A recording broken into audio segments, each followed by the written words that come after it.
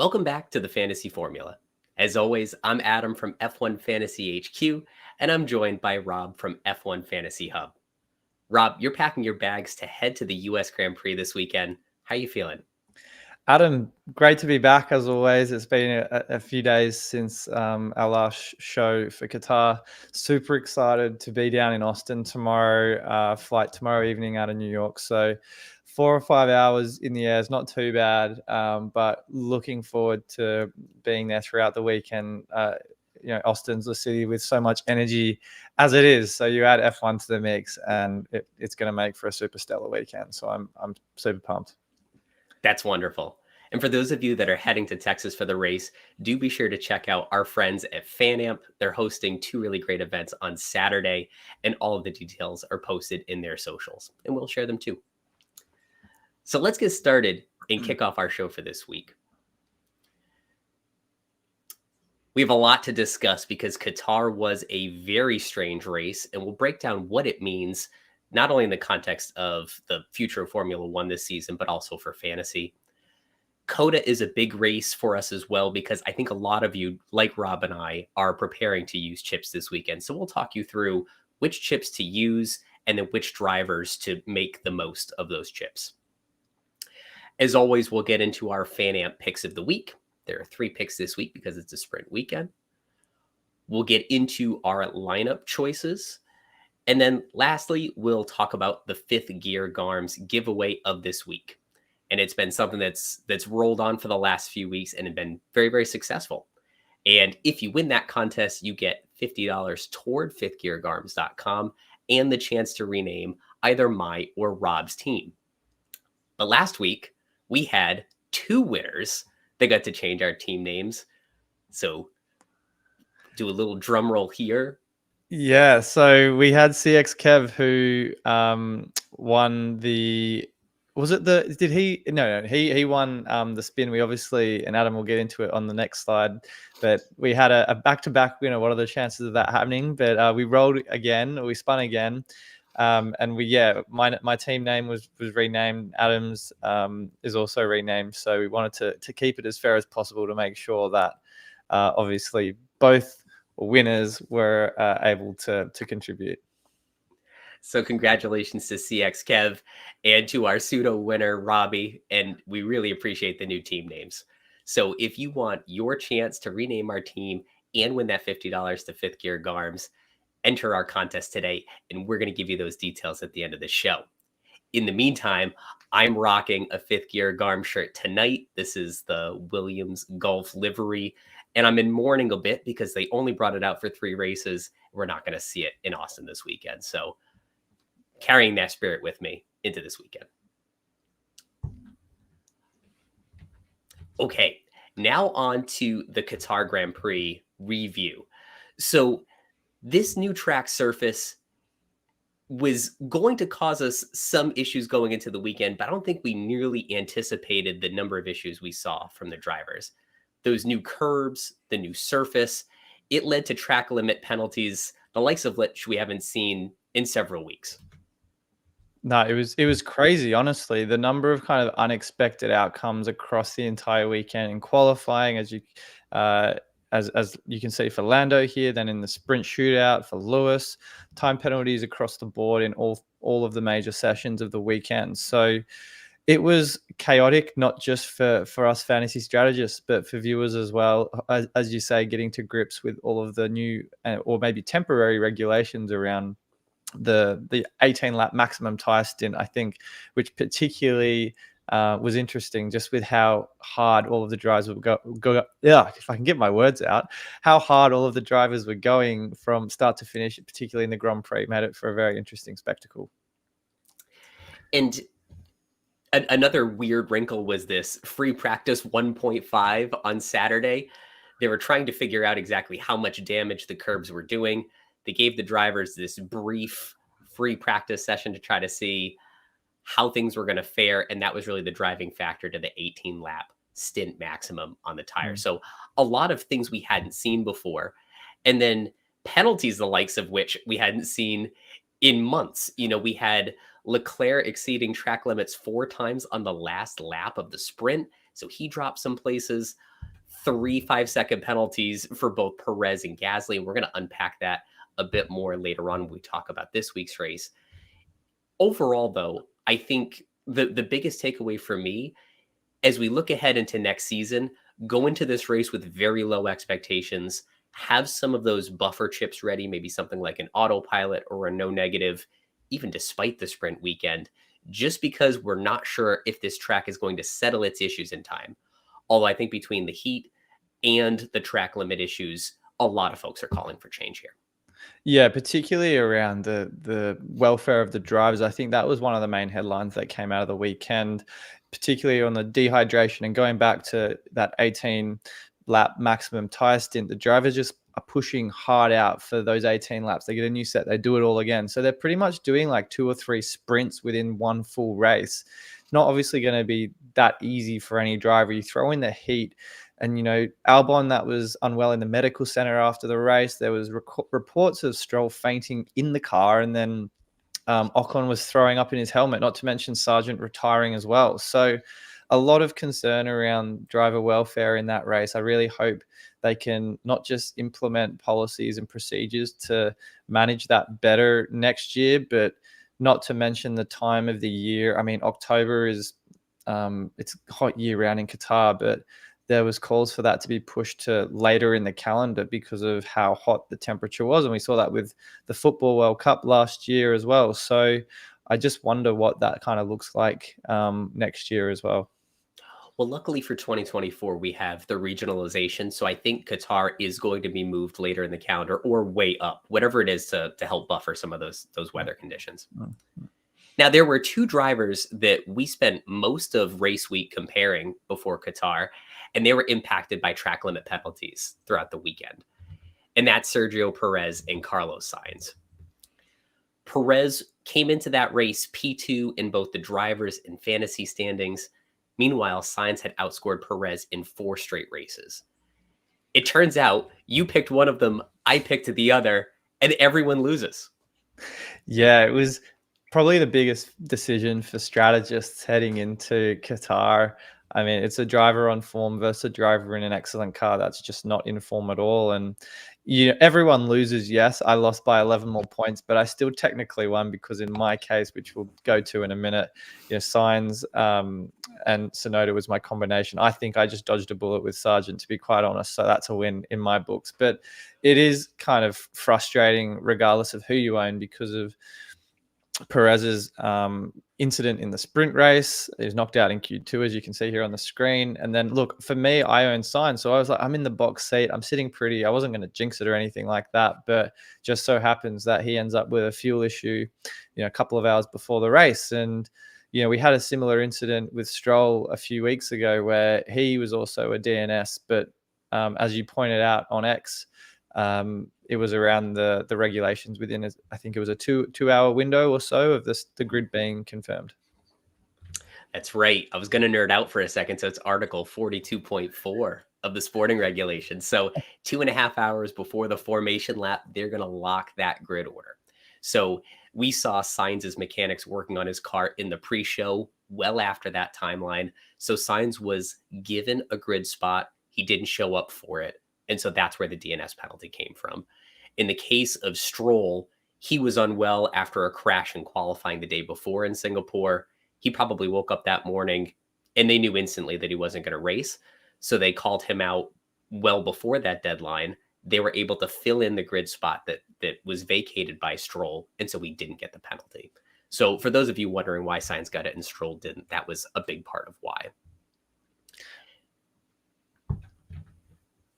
Okay, well, I think that segues quite nicely in the topic of DNSs into Logan Sargent, obviously, who, if we're dissecting the budget drivers, he came away with, was it minus 35, if I'm not mistaken, on the next slide, and he at minus 34, and that's a record low in fantasy, the fantasy landscape. He was on coming off the back of another DNF the previous race, and to do that in both of the sessions, the sprint and the Grand Prix, obviously not great for his owners, but the 9% that still own him in fantasy, it's not a pretty sight. Obviously a very different story for the overtake merchant. It was a great weekend for Alfa Romeo, and with Sainz and Perez either struggling or not participating in the Grand Prix, that opened up 2 places in the top 10. That allowed Bottas at P8 and Zhou at P9 to sneak right in. And you can see 19 points for Zhou, 15 for Bottas, 39 for Alpha. Those are all season highs for them. So really terrific weekend from a team that I don't think we totally expected to be this good at this track. So great weekend for Alpha and their fans. Yeah, particularly someone like Bottas. I mean, the story for Joe throughout the season has been excellent, but yeah, he's been a non-factor throughout the entire season. It was his best fantasy performance this year with 15 points, a pretty good result, but he, with the exception of Bahrain and Australia, has really been a non-factor for the most part in fantasy terms. So a great return for him, not just fantasy-wise, but obviously gives him some confidence. Featuring in the points once again. Absolutely. And so Rob and I didn't pick either Zhou or Sargent, but let's look into who we ran as our budget driver and just see how the rest of our teams fared in Qatar. So as you can see here, I had Perez, he had Sainz, so it was a net 11-point gain for me this week.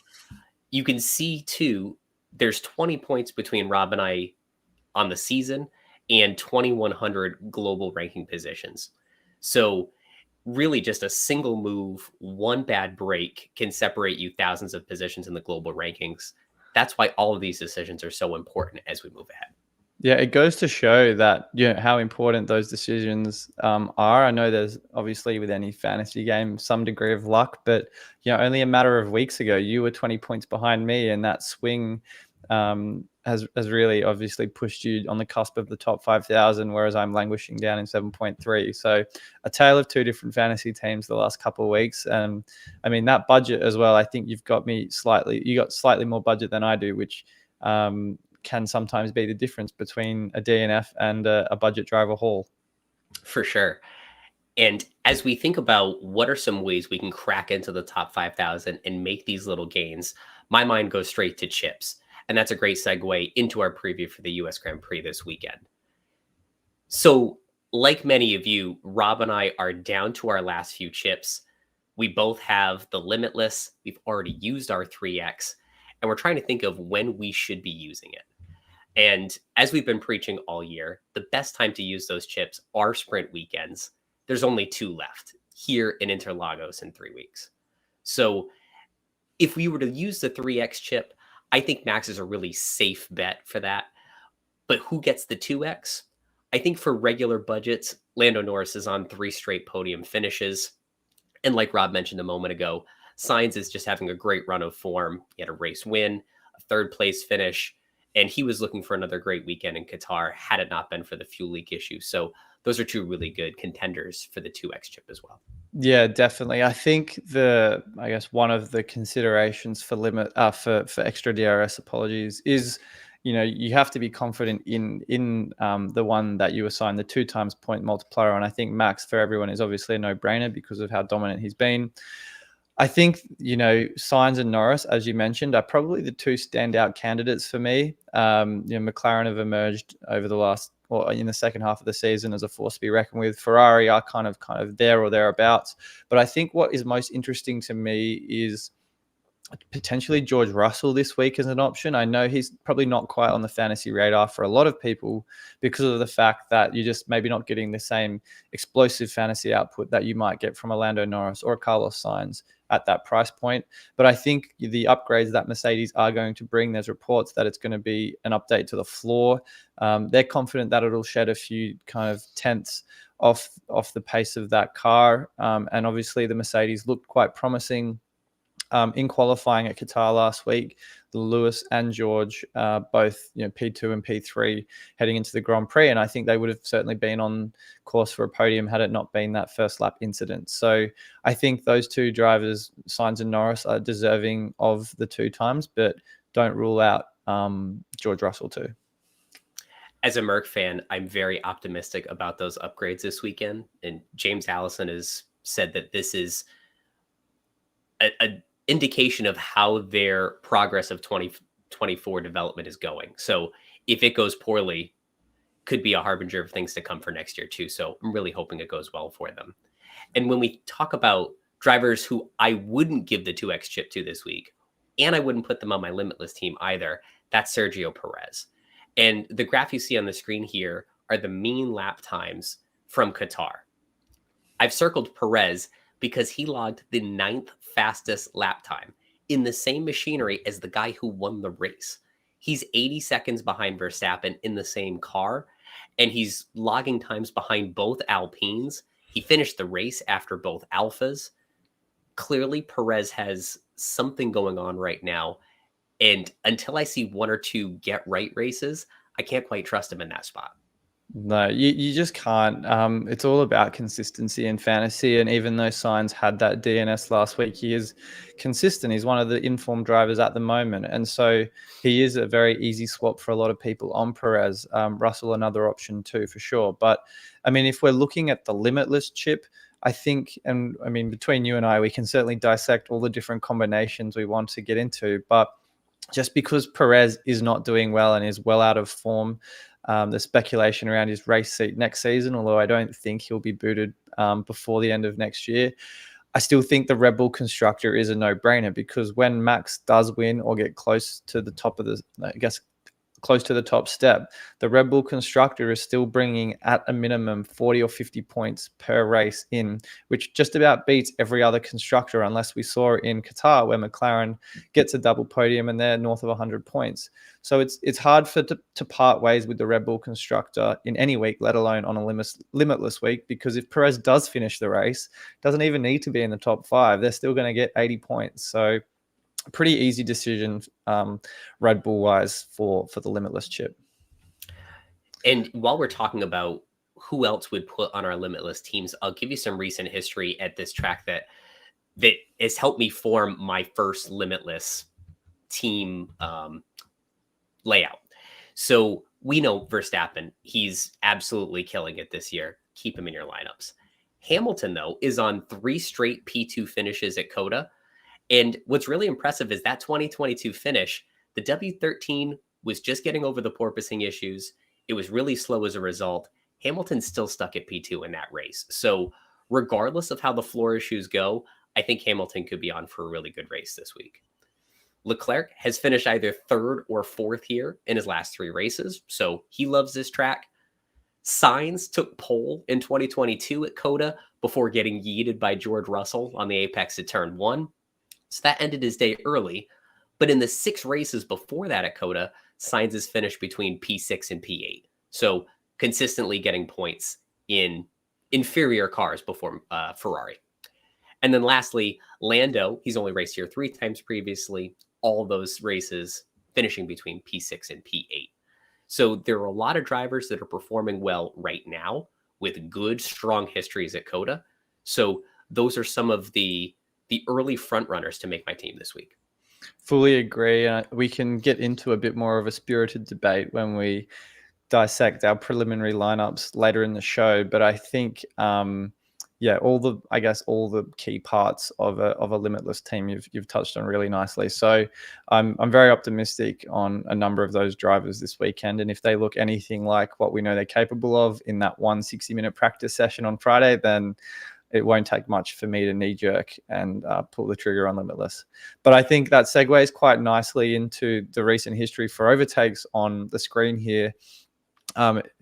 Overtakes per race in last year's race, United States, the second most of all circuits on the calendar. So I think that bodes quite nicely for Joe and Sonoda. Magnussen is, I'll have to be honest with you, up until today, I didn't actually realize Kevin Magnussen had really entered the overtake conversation. I was doing a bit of research myself and saw he was among the overtake kings, as we've got here on the screen. Obviously, Perez and Piastri aside, because of the fact they've started further back at various points this season. But is there anyone that stands out to you as probably among these 3 and other drivers, probably the premium overtake asset to own?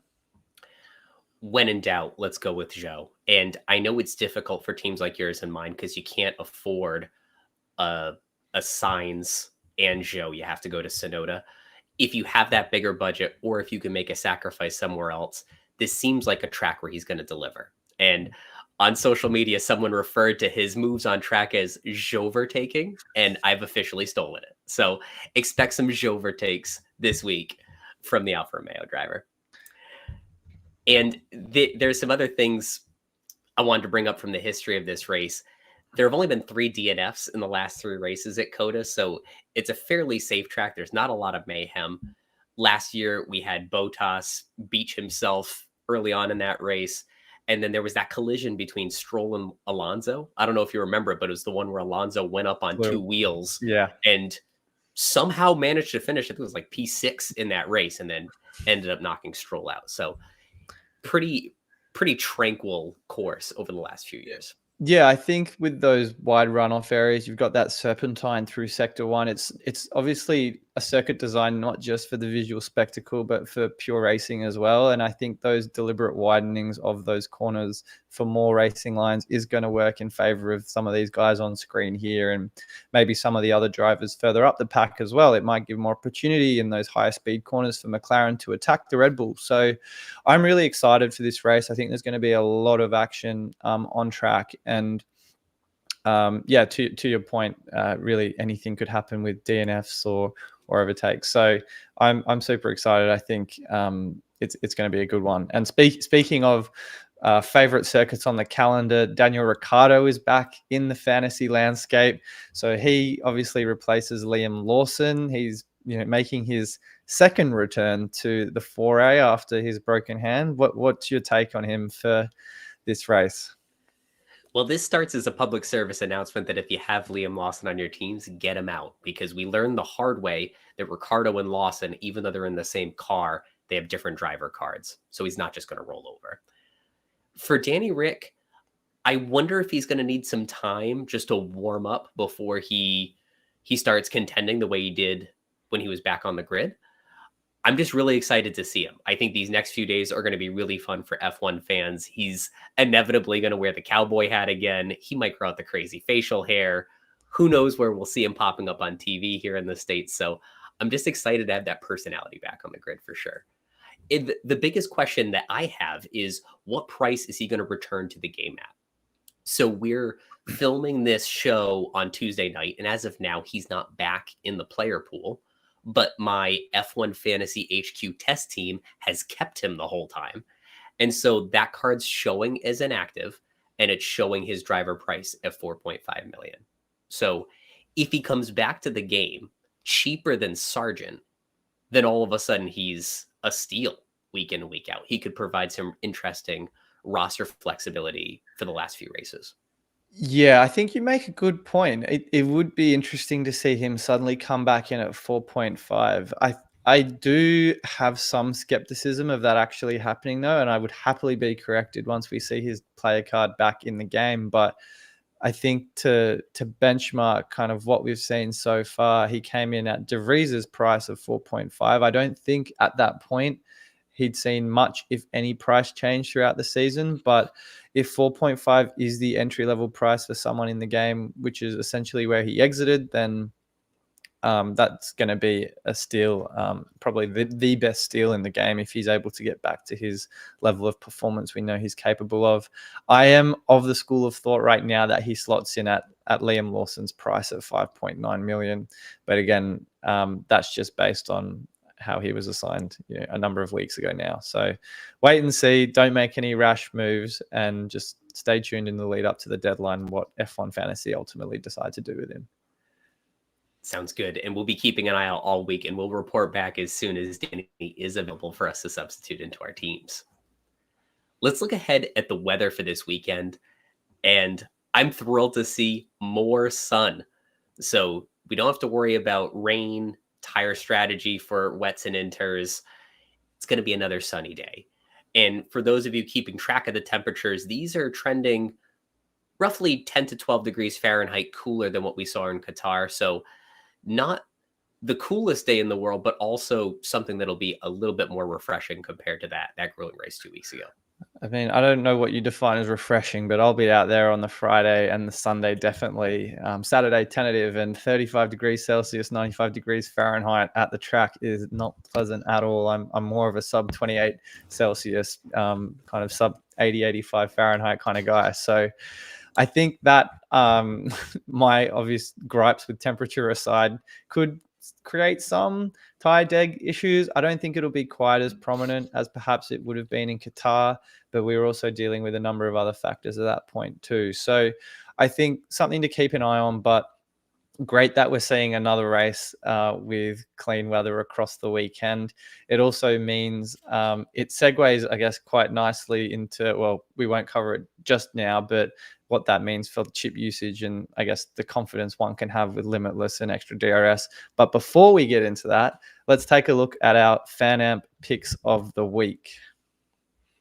So I think what we've got here, really interesting, a couple of ones we've got here. I think for qualifying, that one, and you can submit these on the FanAmp app, so be sure to do so. Lots of amazing prizes on offer for people who participate in that. But I think qualifying for me really stands out as far as what we've got here on the screen, which teammate has the better qualifying between Ricciardo and Tsunoda. Who's your pick this week, Adam? So I'm sticking with the theme that Ricciardo's going to need some time to warm up. And let's be reasonable. He has FP1 to get acclimated to the car, and then it's qualifying. So do I think Ricciardo's going to figure it out in an hour? Give me Yuki on this one. Yeah, I'm pretty confident in Tsunoda on this one too. I would love to see Danny pull out a performance for the ages at his second home. But I just think, as you say, coming back from a broken wrist in a car for only 60 minutes, he is certainly from a fantasy perspective, a wait and see for another couple of weeks at the very least. But I think Tsunoda should certainly outshine him in the qualifying on Friday. And then how many overtakes will there be in the sprint? Rob, I'll let you take a stab at this one first. Okay. I think for me, my initial thoughts are based on what we've already talked about. It is a much wider circuit, a lot of opportunity for drivers to make those passes. Not even on those sharper turns, but on straights or those kind of higher speed sections of the track. So I would like to say 20 or more in a sprint race, but I just don't think there's enough laps in it to be able to make that realistic. We'd probably have to see a change in the elements like we did in the Netherlands to see something like that eventuate. But I don't think that's going to happen based on the forecast we just looked at. So I'm going to go 10 to 19, hopefully the higher end for a bit of high octane excitement. I'm going to go with 10 to 19 as well. I think the big differentiator here is that we're probably not going to see any pit stops in the race. Usually you'll have drivers taking a differential strategy, get some fresh tires, climb up the grid and make some of those overtakes. With everybody on the same set of tires from start to finish, I think you'll see some overtakes on track because it's such an amenable track for it. But I don't think you'll see as much, someone takes a new set of tires, drops to P15, and they're climbing up 9, 10 grid slots. It's not going to quite be like that. No, not at all. Not at all. And then that, obviously moving on to the Sunday, the question we have for the Grand Prix is how many laps will Carlos Sainz complete? I think we could be 3 from 3 agreeing on this one. But before you give me your answer, do you think Carlos Sainz will have any kind of DNFs? Because we are talking about the Grand Prix for this question, but do you think he's going to put that DNS behind him and escape the sprint and the Grand Prix unscathed? I think if it's a matter of have they fixed the car to the point where it will finish the race without having another failure, I think that's the biggest question at this point. I think he'll avoid accidents and mistakes, although there are a lot of places to beat yourself at this track. I'm going to go with no DNFs. He's going to finish the whole race. Yeah, I'm of the same school of thought there. I think he will definitely look to bounce back after last week's disappointment.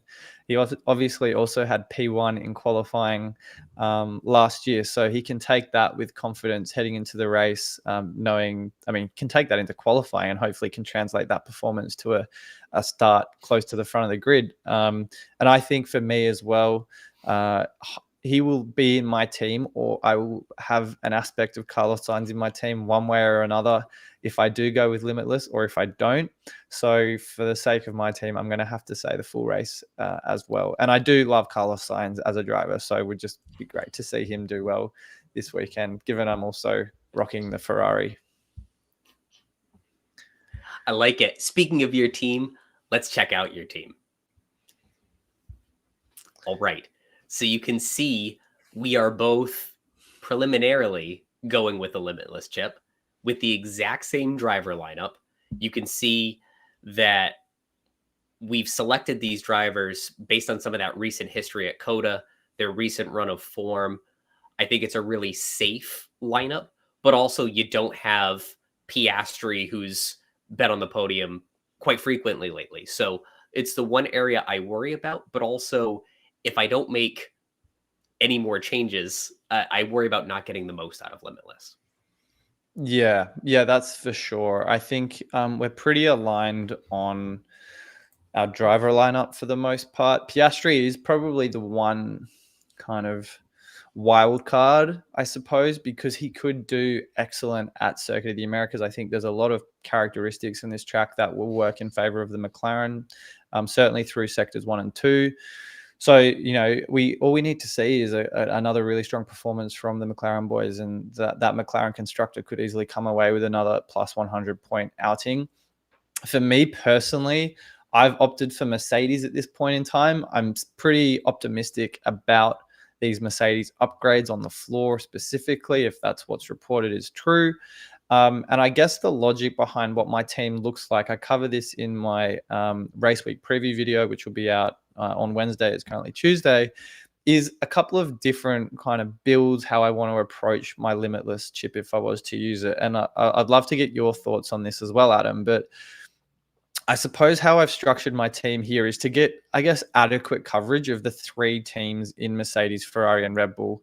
McLaren, I could obviously consider this too, which, I mean, you've done on your side. But I think for me, I want to get, because of there's going to be an inherent DNF risk at every circuit, regardless of the fact that this one might have, runoff areas or overtaking zones. I want to get at least 2 Mercedes assets, or in this case, you're almost getting 3 because you're getting double Lewis and George, get 2 Ferrari assets and double Red Bull, and then Lando, hopefully he can put in another really good performance. So I'm reluctant to triple up on Ferrari or Mercedes unless we see from one of those teams a really explosive first practice. So I think kind of hedging my bets, going double Mercedes assets, double Ferrari, double Red Bull does enough to kind of cover most of the bases there.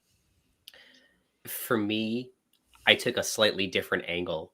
By putting McLaren in as my second constructor, I'm covering off if Piastri can find himself above the Ferraris and 1 or more Mercedes. Also, McLaren set an all-time record for fastest pit stop last week. So I do have a little buffer if I'm wrong on how the drivers finish, but they get a couple of fastest pit stops. I could buffer some of the points that way. And interestingly, Mercedes hasn't received a single fastest pit stop bonus all season. Despite having a really efficient team, they seem to always get the setups right. It's that one piece they can never finish in the top 3 on. The thing I worry about the most, even though I know this team might have a lower ceiling, is I looked at the last 4 sprint races, the difference between the number 1 and number 3 constructor. The difference was 53 points in Azerbaijan, 42 points in Austria, 37 points in Belgium, and 57 points last time out in Qatar. So getting it wrong could be a humongous swing in the rankings. And so by picking McLaren, it's a constructor that a lot of the top strategists are running with that don't have a chip. So if I'm wrong, I bet you a lot of the field's going down with me. So that was a part of the decision from McLaren there. Yeah, look, I think that's a really sound approach. And it is another way of hedging your bets for sure. I think for me, the rationale behind going with what I've currently got on the screen, again, it could be instead of Sainz and Mercedes, George Russell and Ferrari, is that I'm trying to use this Limitless chip and maximize the upside it has. I know you can certainly hedge your bets a little bit and cover, Piastri. But I'm not I mean, chasing rank, I'm not exactly 50,000 or lower than that, but I would still like to angle for 1K by the end of the season. And I think to do that, I need to be a little bit more aggressive with my lineup selections. So that's kind of where my head's at. And I guess another reason I'd want to go for Mercedes or Ferrari in that second slot is that my current team setup, if I didn't go Limitless, would be Max Verstappen, Lando Norris, Carlos Sainz, and Red Bull already. So I'm really going, if I went with your team, it's Hamilton and Leclerc versus Piastri and Tsunoda. Obviously, you'd expect Hamilton and Leclerc to outscore Piastri and Tsunoda, but is a Limitless chip worth that to just, if it's only a 20 point, 30 point swing between Hamilton and Leclerc versus Piastri and Tsunoda, I'm not sure if it's really worth it, in my opinion. So that's kind of why I want to be a little bit more differential with the Limitless chip this week if I do use it. That's a really fair point, and that's the one angle that is making me consider pulling the ripcord on it this week, is that I'm very close to not even having much value out of the chip to begin with. So if Leclerc and Hamilton don't look as good as Piastri, and I'm basically just putting one person in for a budget driver, then what's the point? Let's just defer it to Brazil. It's another high overtake race. Mercedes more likely to do well there. So I'm keeping a close eye on this. And as we get closer to it, I think I'm going to overreact to FP1 and then really stare at the sim data that Albert Fabregat posts usually on Thursdays. So with those two pieces of data in hand, I'll likely make some wild decisions.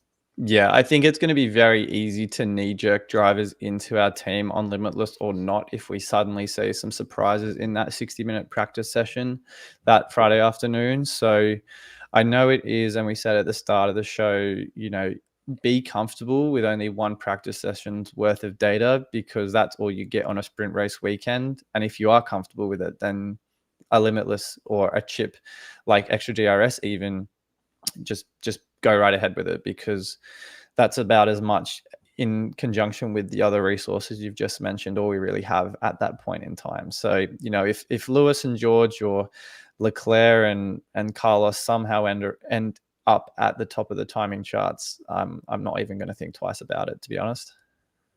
Fantastic. And as a Mercedes fan, I would rather you be right and Mercedes finish 1-2 and my team take a big old tank because of it. I'd rather have that than a better fantasy week for me. Oh, well, I wish I had the same heart overhead, but I think fantasy, I've subdued myself to so much Ferrari pain over the years that I'm not going to ask for the world on my Limitless chip.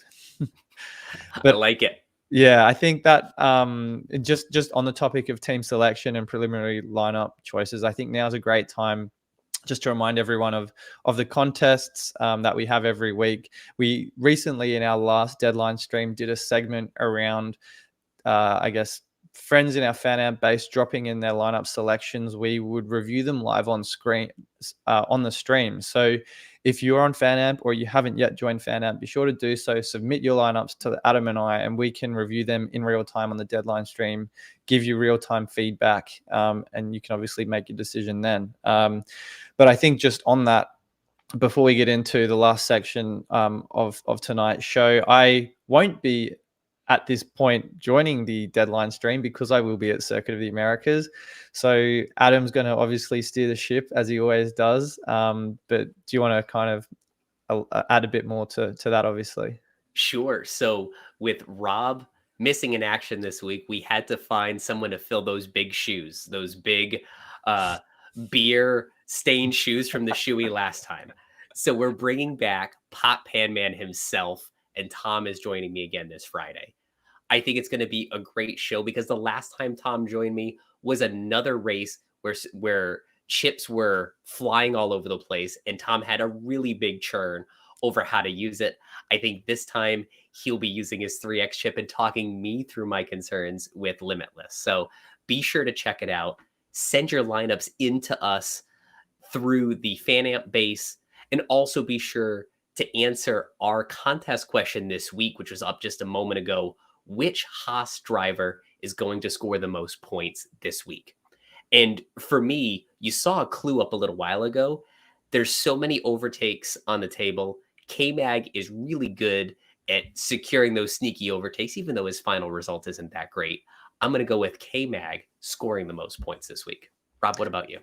Yeah, I think Qatar, a great omen for him. It was his best fantasy performance of the season with 23 points. I mean, didn't even edge out his next best result, which was also a sprint race weekend in Azerbaijan with 16. But, he has really come onto the scene recently as one of the overtake merchants, not to steal Joe's crown or title, but I think that's really exciting, particularly with those Haas upgrades that's Gunter Steiner has alluded to. I think they're looking at running through some potential modifications to the car that hopefully may well take a couple of races to improve, I guess, what they currently have. But they're also looking forward into 2024 with, I guess, a B-spec adjacent adjustment. So I'm really excited to see what that kind of means for not just K-Mag, but also Nico Hulkenberg, because he's obviously been a driver that's really suffered on race day. So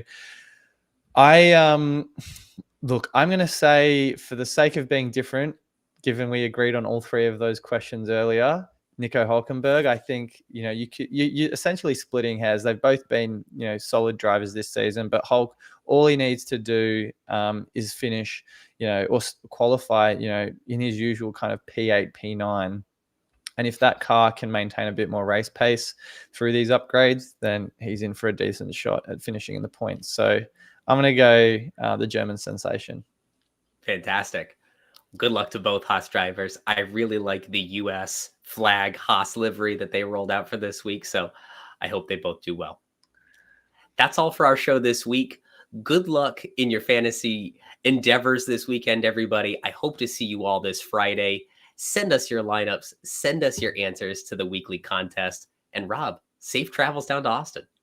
Thanks, Adam. Really excited. It'll be a great weekend. A shame I'm missing the deadline stream, which is actually at a reasonable hour for a change after a couple of ones we've had in the past. So yeah, really looking forward to that, and we'll be sure to dissect everything from that when we reconnect for Mexico. Sounds good. We'll be right back here next week. See you all then. See you guys.